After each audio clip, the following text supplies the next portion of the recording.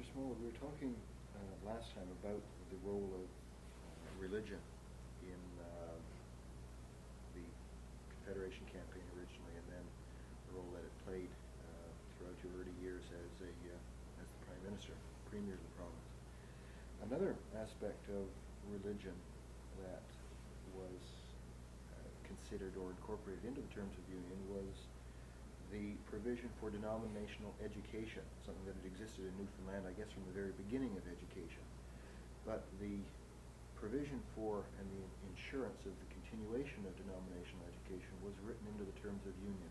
How did this come about? Well, you'll understand, of course, that I wanted Confederation.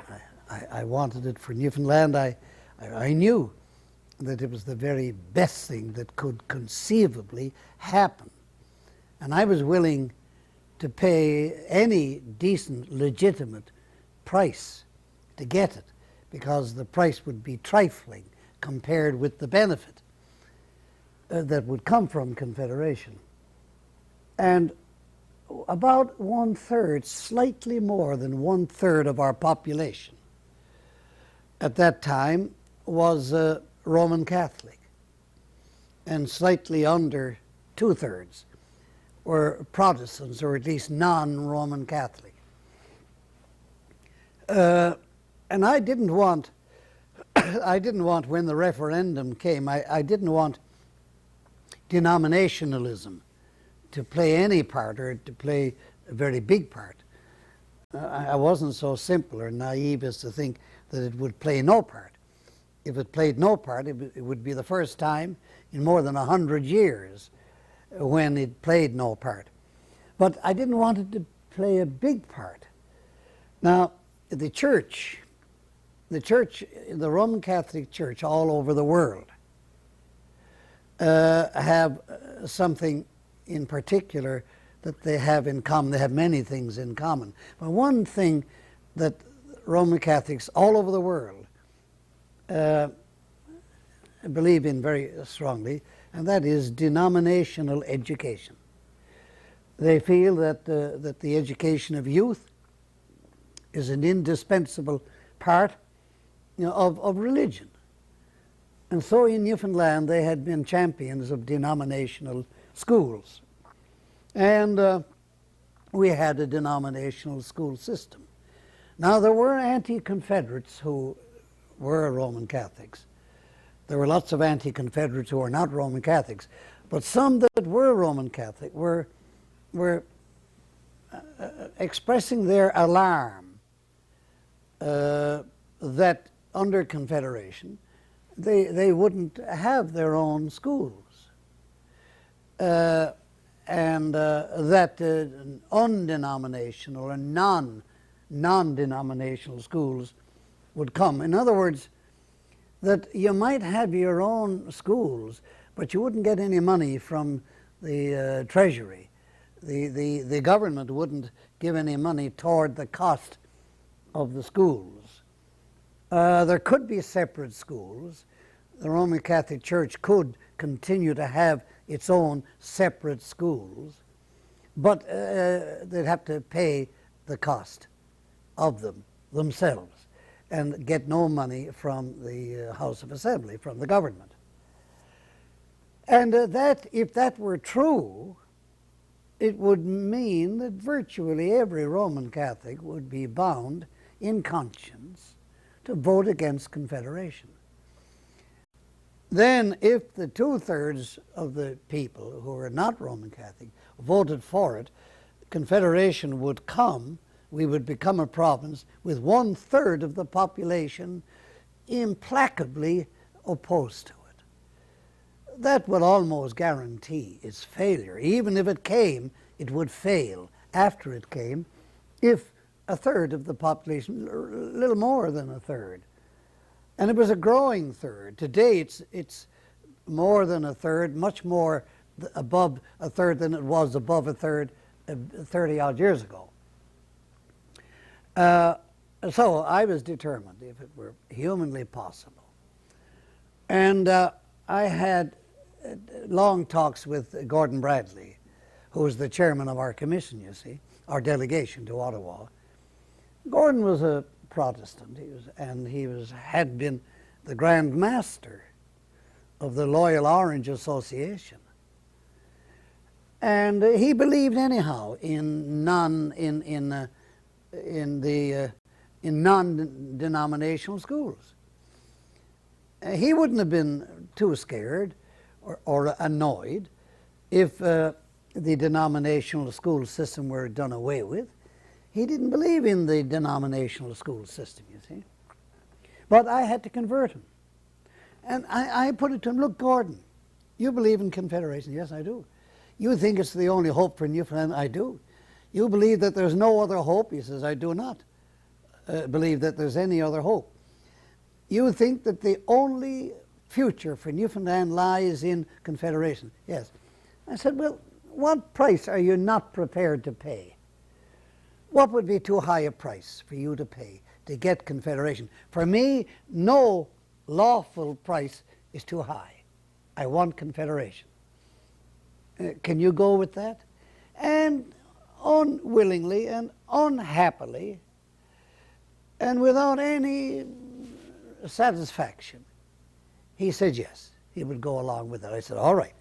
In that case now, I said, I've talked with the Prime Minister, Louis Saint Laurent, and he's prepared to go a long way. But I said, what we have to do is see the representative of the church. Canada has a papal legate, a personal envoy, a sort of ambassador of the Pope, apostolic delegate or legate, such, for example, as our own Newfoundlander Archbishop Carew is now in Israel. He's the papal legate. He's the personal envoy or ambassador of the Pope. And the Pope has these legates in many parts of the world, sort of papal ambassadors. And I said, you've got to talk with him. Will you do it? Now, Gordon was a little bit shy. That brilliant lawyer, brilliant-minded man, magnificent, superb speaker, keen thinker, yet at the same time was a bit shy in meeting people. It's hard to believe, isn't it? It may not be hard for you to believe, because you probably did not know Gordon Bradley very well. But he was such a forceful personality. To think of being shy, you know. He was a bit shy, and then he had a little diffidence. After all, he was a prominent Orangeman. And here he was to go and talk with the personal envoy, the ambassador of the Pope himself to Canada, you see. And he lived in Ottawa. But he agreed, unhappily and unwillingly, to do so. So I rang to make the appointment. I telephoned the Episcopal Palace where the papal legate lived, and a man answered me, and it turned out to be two things. It turned out to be the apostolic delegate's private secretary who answered the phone, you see. And it turned out very quickly in the course of the conversation that this private secretary to the papal ambassador was himself a Newfoundlander. And not only that, but when he told me his name, I said, Carew, I know now who you are. I said, you're the son of Will Carew, the secretary to the Commission of Government in Newfoundland. He said, that's right, that's my father. Well, I said, I know all about you, Father. And you are the secretary to the papal legate? He said, yes. And I said, well, you know why we're here. He said, I've followed it carefully, yes. I said, the chairman of our delegation, Mr. Bradley, wishes to have a conference with the legate. Is that possible? He said, of course. Of course it's possible, and I would say also desirable. I said, so would I. We agree on that. And he made the appointment. The time and the place was right there in the Episcopal palace, and the time was, I think, the next morning, and I think it was 11 o'clock the following morning. I said, fine, he'll be there. And I made sure of that because I walked with him from the Chateau Laurier, from the hotel, right to the door of the Episcopal Palace. I didn't go in. I wasn't invited. And I saw Gordon, in case he changed his mind, got cold feet, right to the door. And I saw him go in. He rang the bell, and somebody came to the door, and he went in, the door closed, and I said, thank God. Then I kept walking around in a big circle for over an hour. Gordon was in there for more than 1 hour. And I said, that sounds good. This looks good. This looks pretty good. Anyhow, I didn't let the door out of my sight. And finally it opened, and out came Gordon Bradley. And he looked chipper. He looked cheerful. He didn't look a bit unhappy. His face was relaxed. And I said to him, I waited till they caught up to him, and I said, how'd you get on? He said, oh, fine. You did? He said, oh, yes, fine. I said, how'd you find him? He said, a gentleman, thorough gentleman. I never met a more pleasant man to talk to. I said, the Pope's representative, the apostolic delegate, you're talking that way about him? He said, yes. He said, I never met a nicer fellow. He said he met me, and we shook hands, and he said how glad he was to welcome me and so on.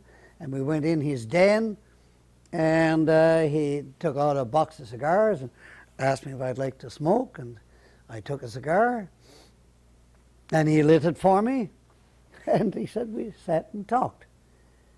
And he said that the church, of course, was against divorce. Now, he went to talk the two questions. Denominational schools and divorce.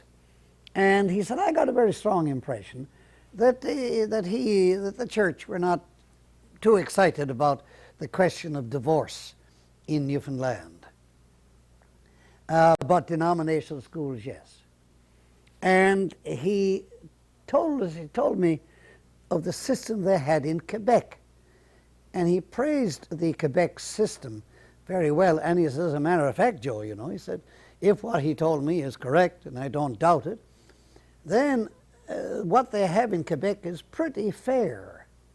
That Roman Catholic schools, of course, are recognized as such by the government and the legislature of Quebec, but so are Protestant schools. And he told me that the church would be quite satisfied if Roman Catholic schools in Newfoundland were treated as well, no better, but treated as well as Protestant schools are treated in Quebec. I said, well, what do you know about that? Anyway, we got, the actual clause was drafted mainly by Mr. Saint Laurent, the Prime Minister, who was himself a Roman Catholic, you see, and who had a sister who was a nun. I don't know, but he had two sisters that were nuns. And if I'm not mistaken, he had a brother who was perhaps a priest. And Louis Saint Laurent was, without doubt, no one on this earth ever expressed any doubt that he was a loyal and faithful Roman Catholic. Just as faithful as he was a Canadian patriot.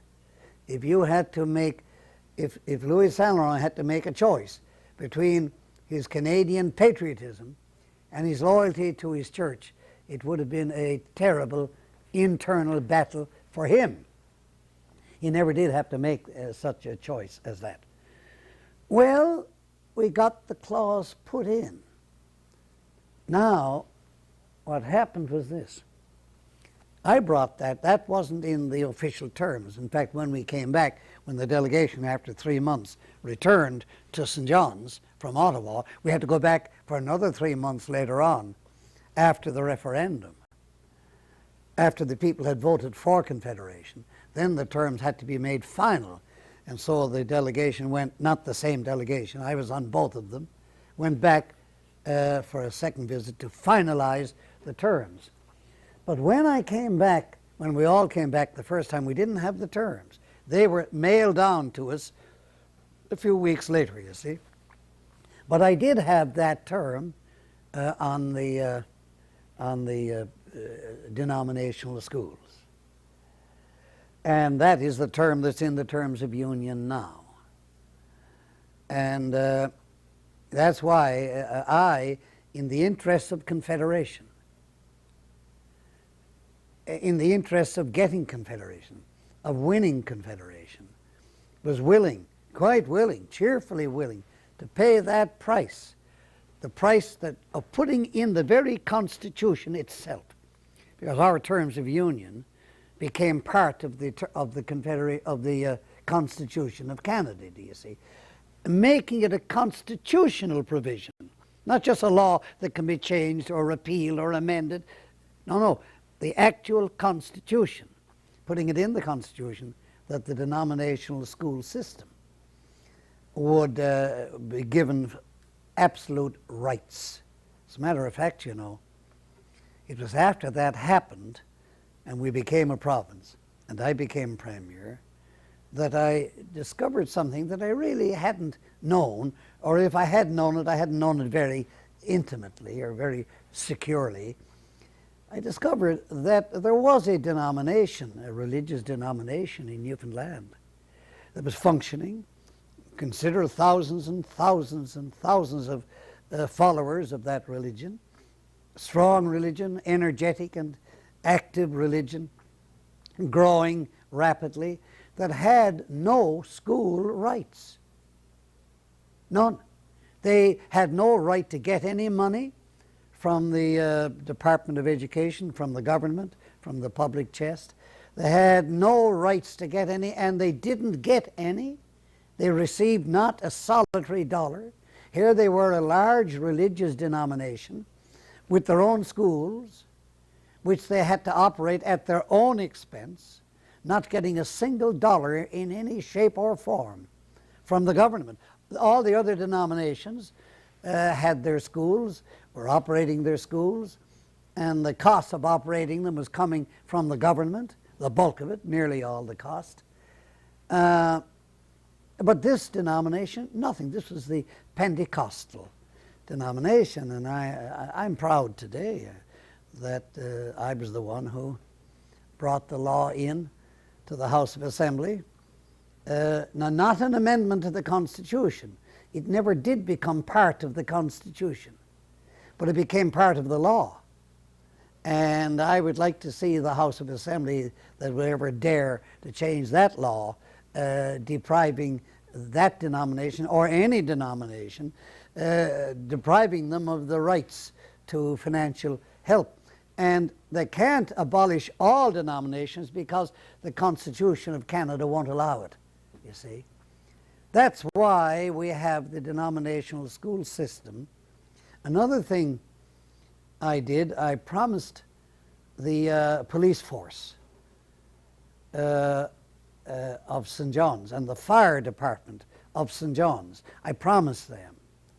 I went and visited them, and because the rumor had gone around that the first thing that would happen when the Confederation came would be that the police force would be handed over to the city of St. John's to operate, and the fire department would be handed over to the same people to operate, the city of St. John's.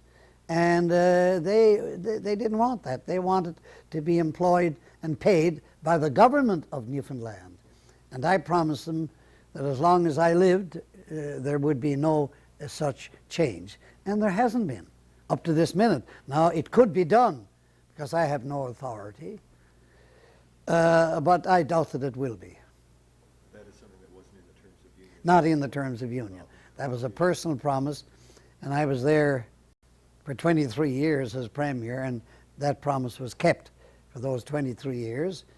It's now, at this moment, 11 years since I was Premier, and it's still kept, and I prophesy that it'll continue to be kept.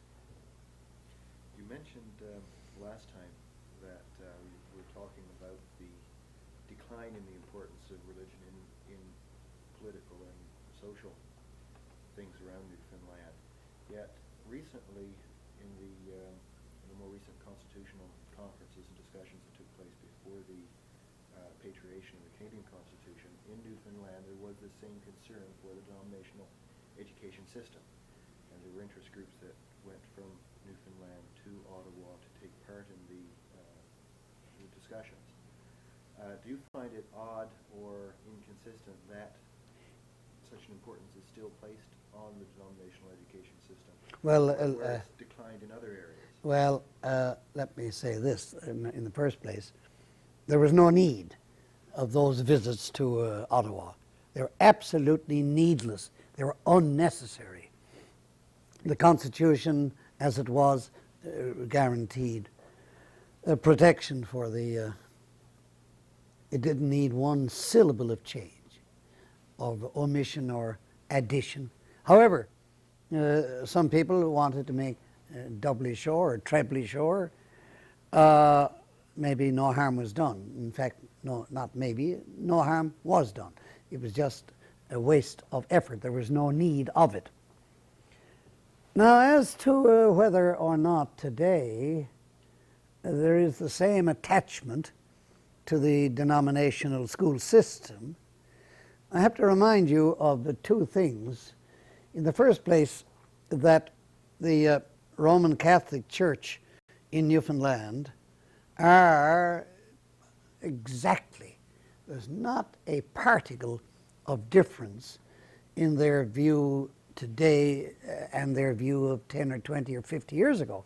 They still stand very stoutly indeed, very adamantly for the denominational school system. And I have to remind you that the Pentecostal church is at least as adamant as is the Roman Catholic Church in their support of the denominational school system. Now, having reminded you of those two facts, let me remind you that all the other denominations have not become one denomination.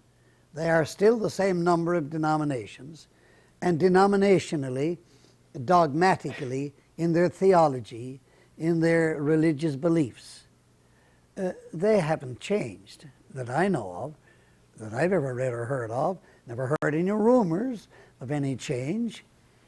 Dogmatically, theologically, they are exactly the same.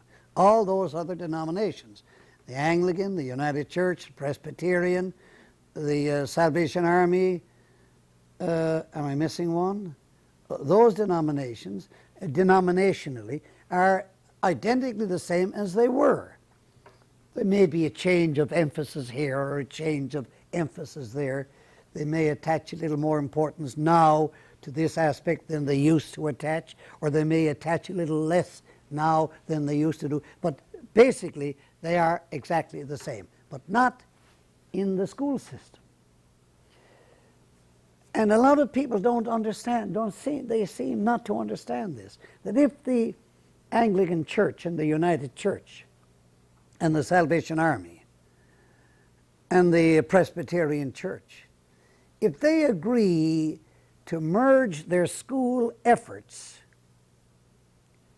to integrate their school systems, it doesn't mean that the only denominational schools there are now in Newfoundland are Roman Catholic schools and Pentecostal schools. That's not so. That's not the way it is at all.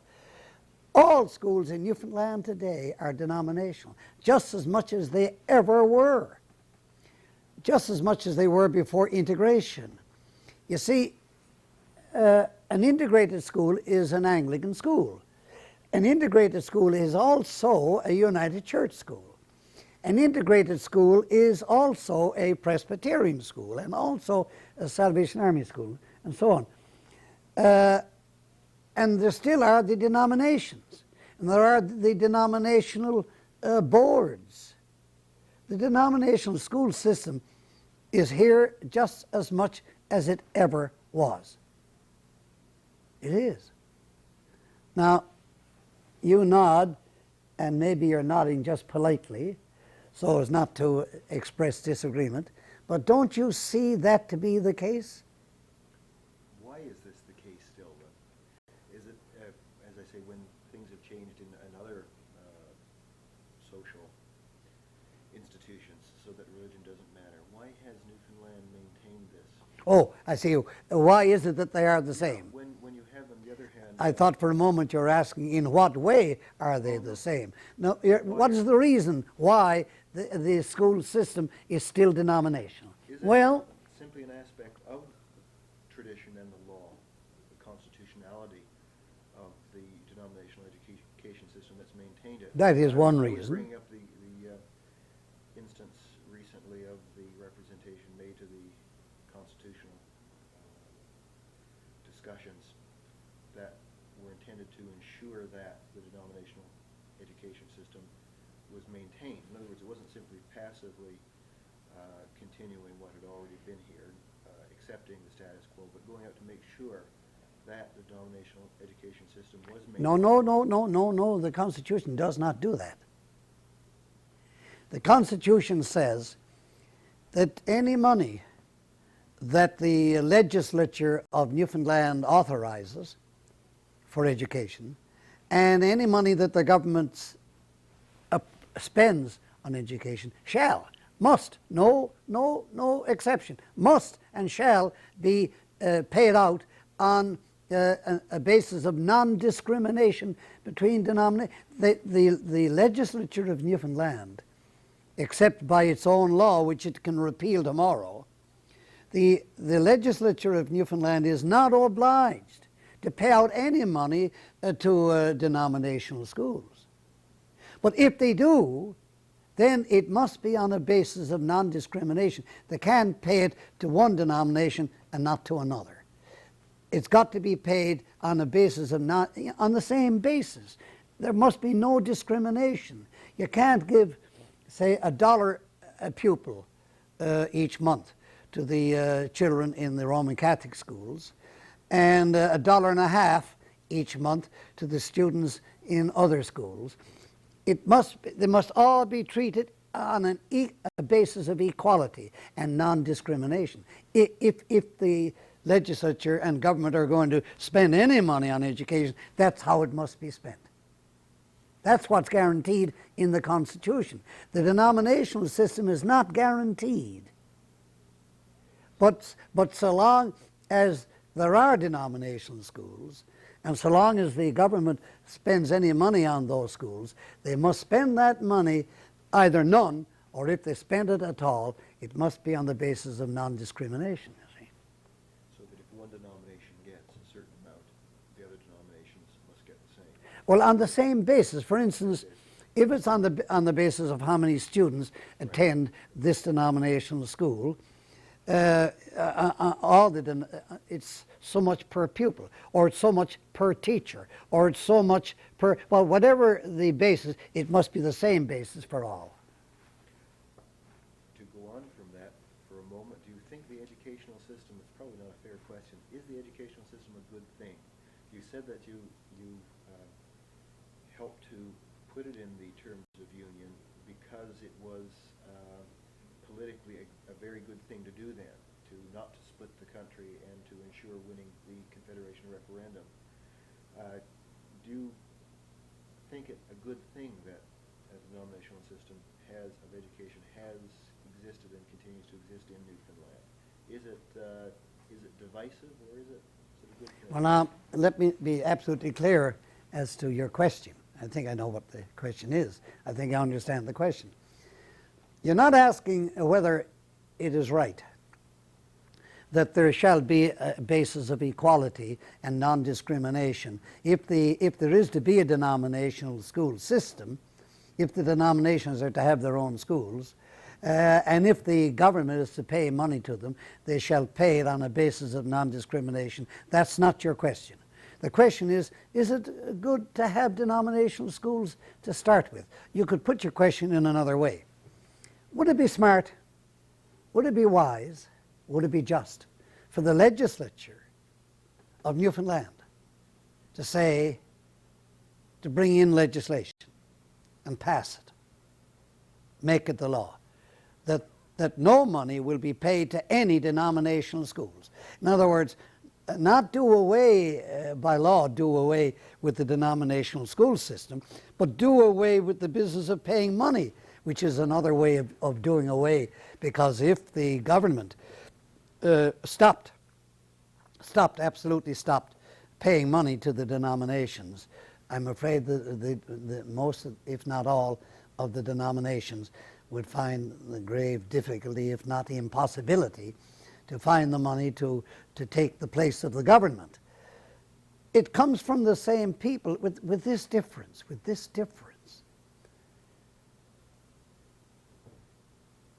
Every one of the 34 years that we've been a province, in every year, no, it's not one. It's not 1 year it was one way and 33 years another way.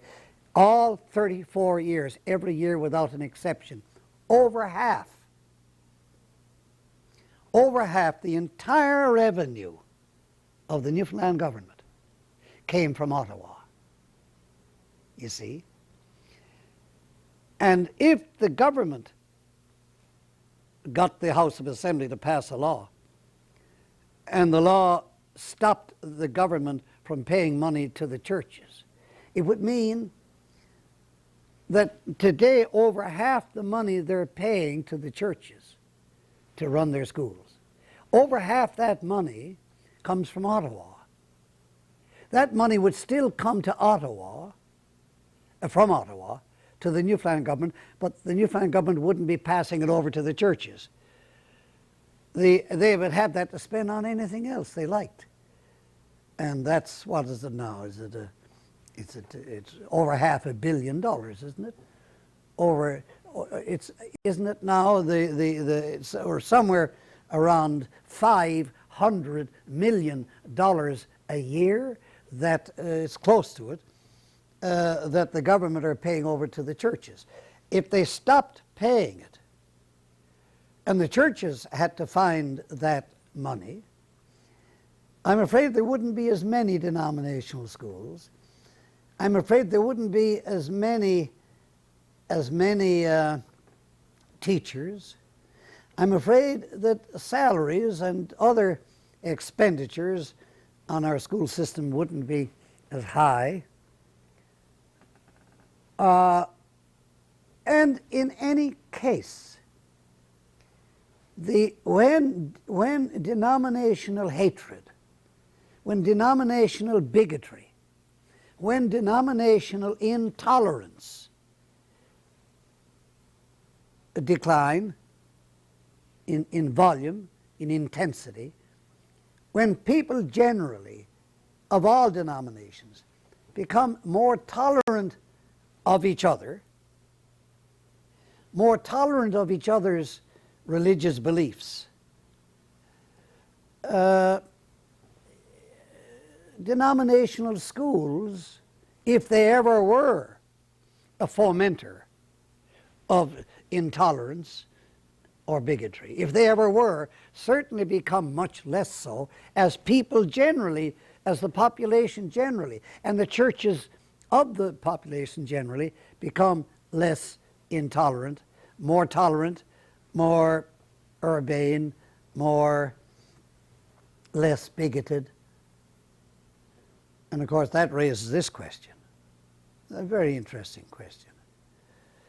If the people of the world, or of any nation, or of any province, or state in a nation, or of any part of a province, if the people become less bigoted, less intolerant, is it because they are genuinely becoming less intolerant and less bigoted, or just more indifferent? Real tolerance, it seems to me, is this. You're an Anglican, you're a Salvationist, you're a Pentecostalist, you're a Roman Catholic. You know and you understand the beliefs, the teachings of your church. You understand them. You have a thorough understanding of them. You share them. You believe them. You follow them. But here I come along, or here you come along from another church with different beliefs that you believe equally sincerely and equally ardently. You believe them, but they're so different from mine. I'm intolerant of you.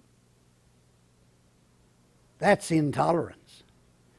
But if I lose interest and knowledge of what my church teaches and preaches, if I get to know less and less about that and to care less and less, and then I'm more and more tolerant to you, of you and what you believe, is that tolerance or just indifference? And I ask myself the question, the growing now real tolerance is to adhere warmly to your own beliefs, but give you exactly the same rights that I claim for myself. That's tolerance. But if I give you the same rights as I claim for myself, and it's only because I don't claim any for myself, that's not tolerance, that's just indifference. And is this growing tolerance in the world and in Newfoundland and in Canada, is it real toleration, real tolerance, or is it just indifference? I'd like to know the answer to that. You hear people, you see your own evidences with your own eyes, and you hear with your own ears the evidences there are of a declining strength of the great worldwide religious movement. And then you come across reports of this denomination, that denomination. Church attendance has increased. There's a far livelier interest now in the last 3 years or 8 years or whatever than there was for a long time. It makes you wonder, which is it? Is religion destined? Is it destined to resume the place it held for thousands of years? To have it back? To come back into the same position of strength and influence, where the lives of all the people are molded and shaped and influenced by organized religion? Is that the destiny of religion or not?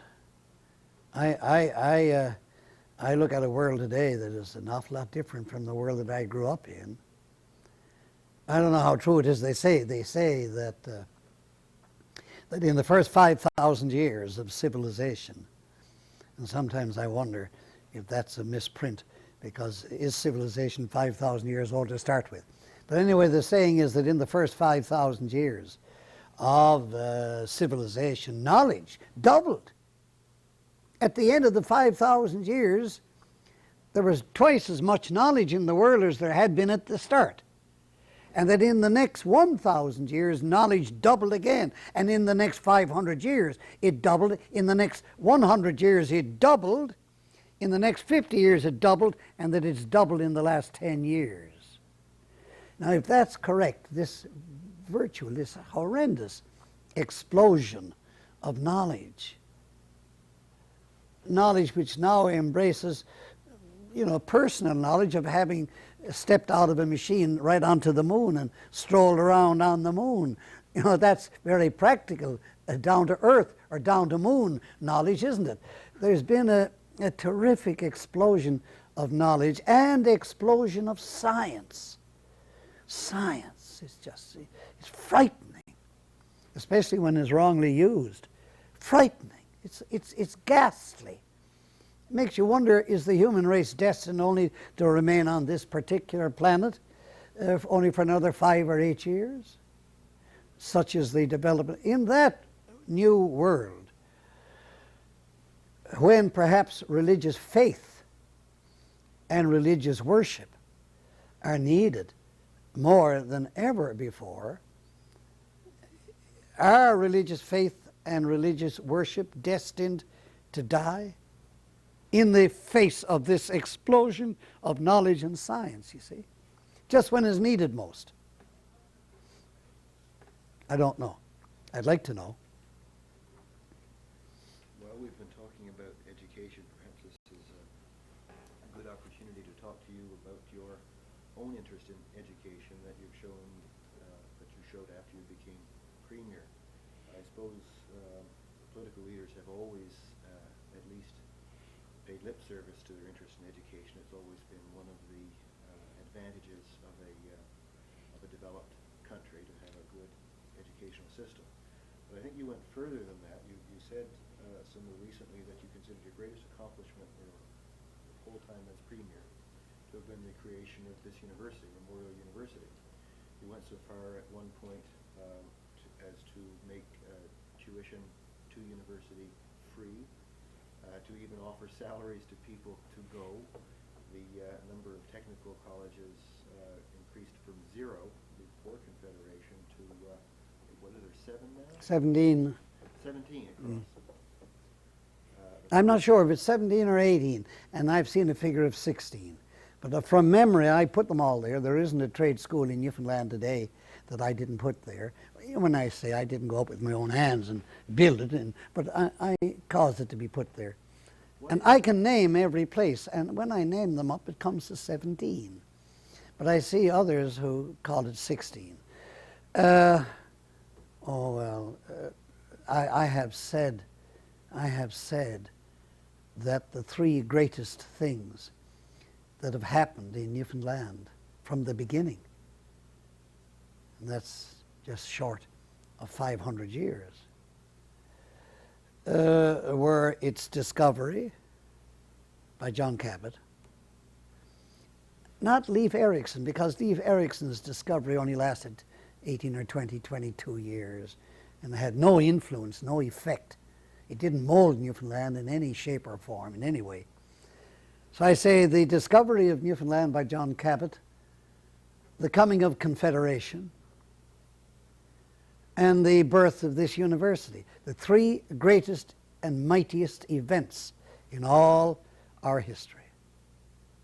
Nothing compares in importance to these 3 things in the life of Newfoundland. Its discovery, the coming of Confederation, and the birth of the university.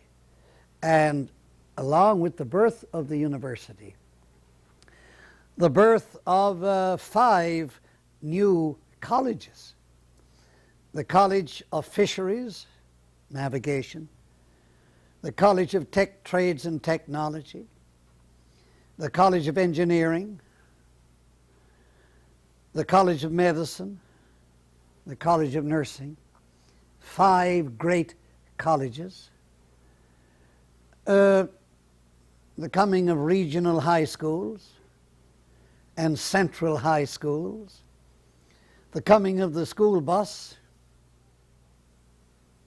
which is now costing each year 3 or 4 times as much as all education cost, under every heading that you can think of.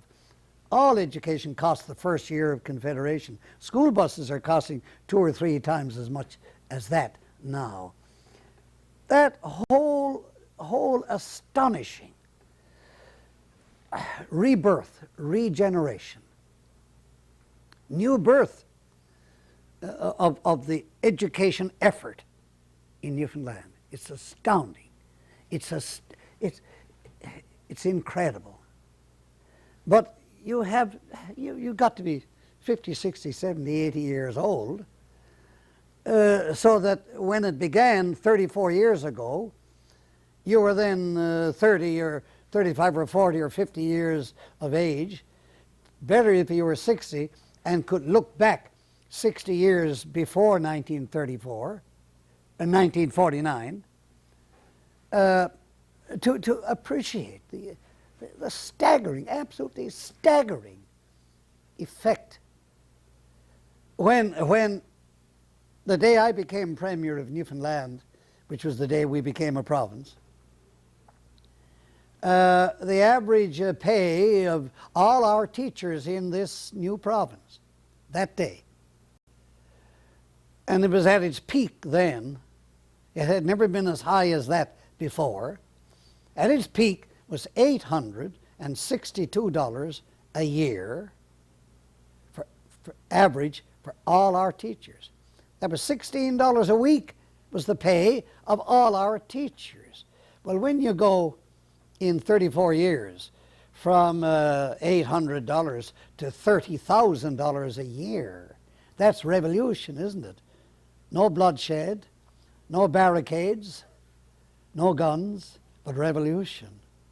And that you can thank Confederation for. That wouldn't be so. There wouldn't be a university. There wouldn't be 5 colleges. There wouldn't be 17 trade schools. There wouldn't be a school bus system. There wouldn't be $30,000 a year average pay for all in the education field. That includes not only teachers, you see.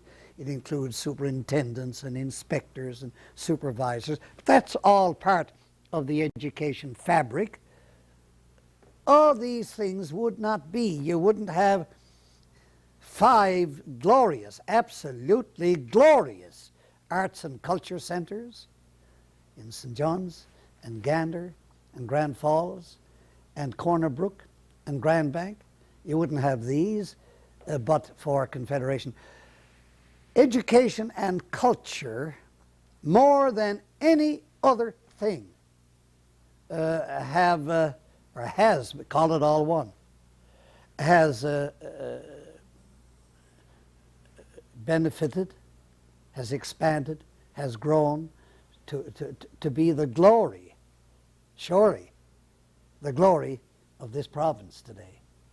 Confederation certainly provided you with the wherewithal to do that, but why your own interest? Why would you make a claim such as the one that Memorial University is the greatest achievement for a man who has not had formal university education, received many degrees, honorary degrees?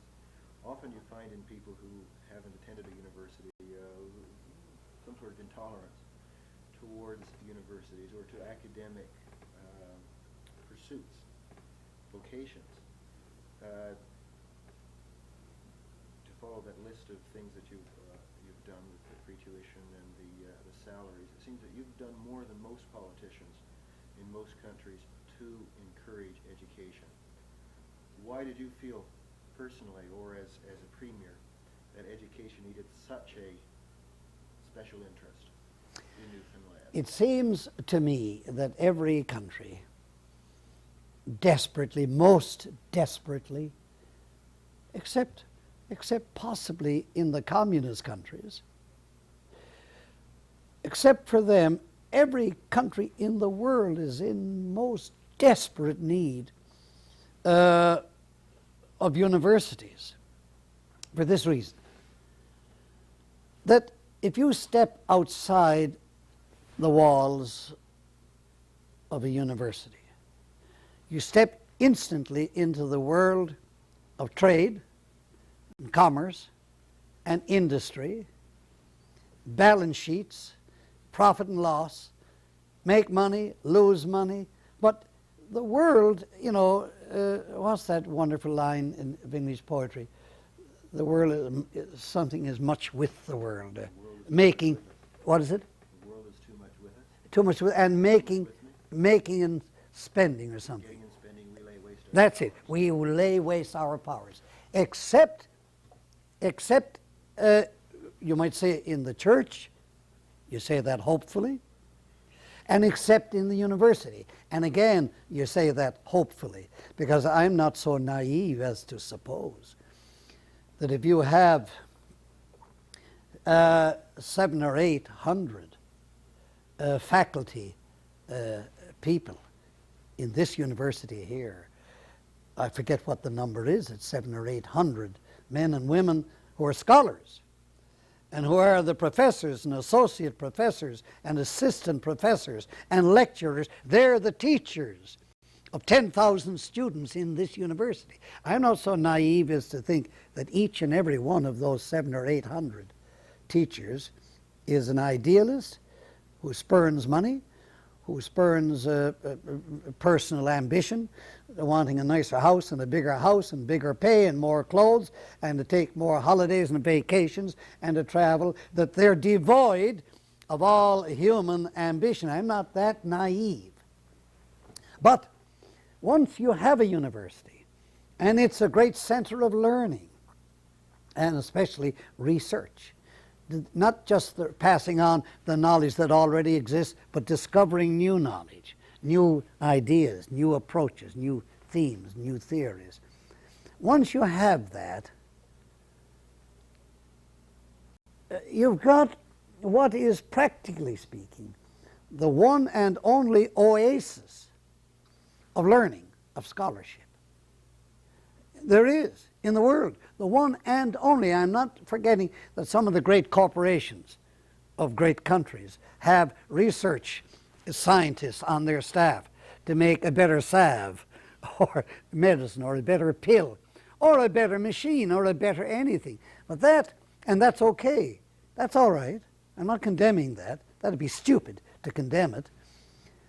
And pragmatically, down to practical science, they are more useful than the university. But for basic original knowledge, if you don't have universities to do that, what in the name of God, and I ask it in the name of God, in a world of trade and commerce and industry and business and making money and profits and losses and balance sheets, a civilization built on that, consisting of that, what kind of world would it end if you didn't have universities?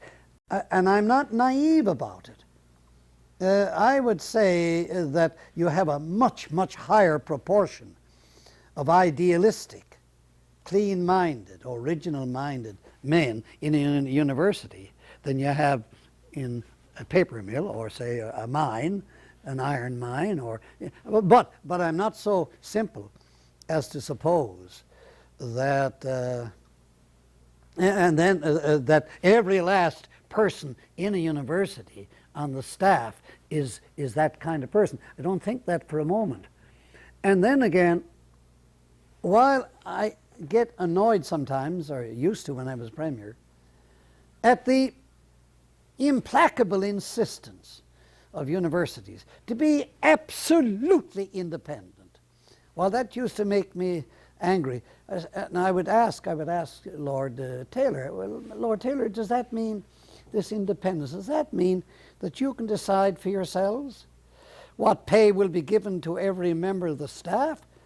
And to hell with the government, and to hell with the House of Assembly, and to hell with the people. You are so independent that you're going to determine, no matter what anyone else gets, even in all the other schools, in the university, you're going to decide not only what subjects will be taught and how they'll be taught and what teachers, what professors will be engaged, but you're going to be absolutely so independent that you can determine what their pay is to be and what you're going to spend on this, that, and that your budget, you're going to be absolutely independent. You're going to have an independent budget.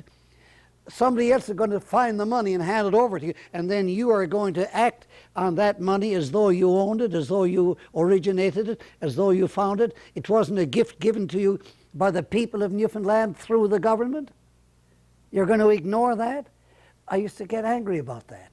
But as to what teachers will be taken on, what their qualifications shall be, what teaching will be done, what things will be taught, not only what subjects, but how this subject shall be taught, and how that's, if a university doesn't have absolute independence in that, it's not a university. It's not even a good department of government. So I have these. I used to argue with Dr. Moses Morgan when he was president. I had one or two discussions with the present president, Dr. Harris, and a few with Ray Goujiu when he was president on these matters. And I was educated. I've done an awful lot of reading. I've read an awful lot of books about universities and their purpose and their mission in life, and their importance and the nature of universities and so on. I've read an awful lot of that, and they filled me in with more of what they had read and their own ideas that they'd come across. So I didn't end up in ignoramus, so I never went to a university. I suppose I must be. Sometimes I think I must be. Not only because of the 25 or 30,000 books that I've read in my lifetime, not only because of that, but because of something else. I must be surely the most learned scholar, not only in Newfoundland today, but that ever was in Newfoundland, because why else would 10 universities bestow the highest possible honor on me? 10 universities make me a doctor. Now, you can't go higher than doctor, can you? That's the highest degree in scholarship and learning. Doctor. I get a kick out of the German practice. In Germany, a man is not really regarded. Getting a doctorate, is fine. And you're nothing if you haven't got it. But one doctorate. So you go after your second doctorate. You're a doctor of philosophy. Then you get another doctorate of science. Anyway, 2. And if you have 2 doctorates, you're not known as Dr. Schmidt. You're Dr. Schmidt. And if you have 3 doctorates, you're Dr. Schmidt. Now, what would that do to me if that practice were followed here in Newfoundland with 10 of them? No, my education, I got at Bishopfield College. I think I've told you before, have I? Yes. I've been at 5 schools in St. John's, 3 Church of England, as we used to call it then, 1 Methodist, which would now be called United Church, and 1 Roman Catholic. But the schooling I got in St. John's, really, and it's what all schools should do, and they fail if they don't. What I got from them was a love of learning, a love of reading, a mind that was terribly, sometimes embarrassingly inquisitive and curious. I wanted to know everything. That's why when I went to a place such as New York, I went to the Rand School of Social Science, and I took lectures from, which is all you do really in a university, isn't it? You listen to lectures. Well, I went to university. It wasn't called university. I went to the famous Rand, R-A-N-D, Rand School of Social Science. True, it was owned and operated by the Socialist Party of Greater New York, yes, but it didn't teach, it taught socialism, of course. It had courses on socialist theories and philosophy, socialist economics, but it also had straight economics and science and history and sociology and everything you could think of. And I took, over a period of 5 years, I went to that university, and I took lectures from some of the greatest scholars in all of the United States. You hear Thorstein Veblen. I took a course of lectures from Thorstein Veblen. I took lectures from Upton Sinclair, Alexander Goldenweiser, all kinds. Then I went to the Labor Temple over on 2nd Avenue in the Jewish Quarter. There I took, as a course of lectures, one of the most famous books ever written in the United States, the one by Will Durant, The Story of Philosophy. I took that as a course of lectures. I took as a course of lectures in Cooper Union, where Abraham Lincoln delivered one of his great speeches.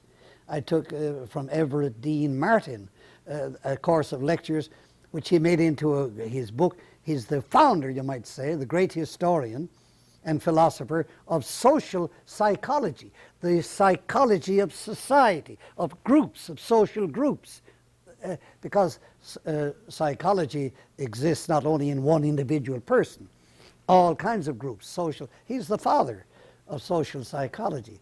So when these 10 universities across Canada made me a doctor, they were only catching up.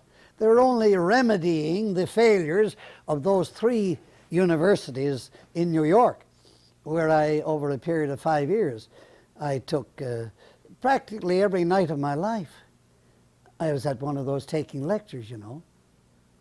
Oh, yes. More than a lot That's right, and it was it a labor of love and in every one of them I became the sort of devil's advocate, in every class of that kind. I don't know if they have it in universities, regular universities, orthodox universities, but in those places, the questioner, the fellow was like Hyde Park.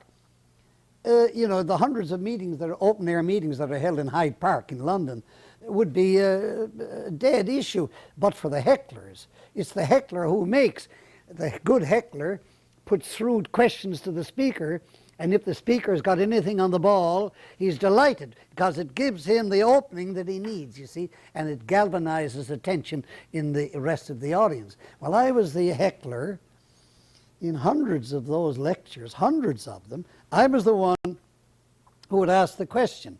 First of all, I was terribly curious. I wanted to know the answer. And secondly, I was not shy. And a lot of students would be a little too shy. Many of them were glad that I did ask, because they had it in their mind to ask and didn't have quite nerve enough, you see. It's great fun. It was great fun. And I wouldn't take back an hour of it.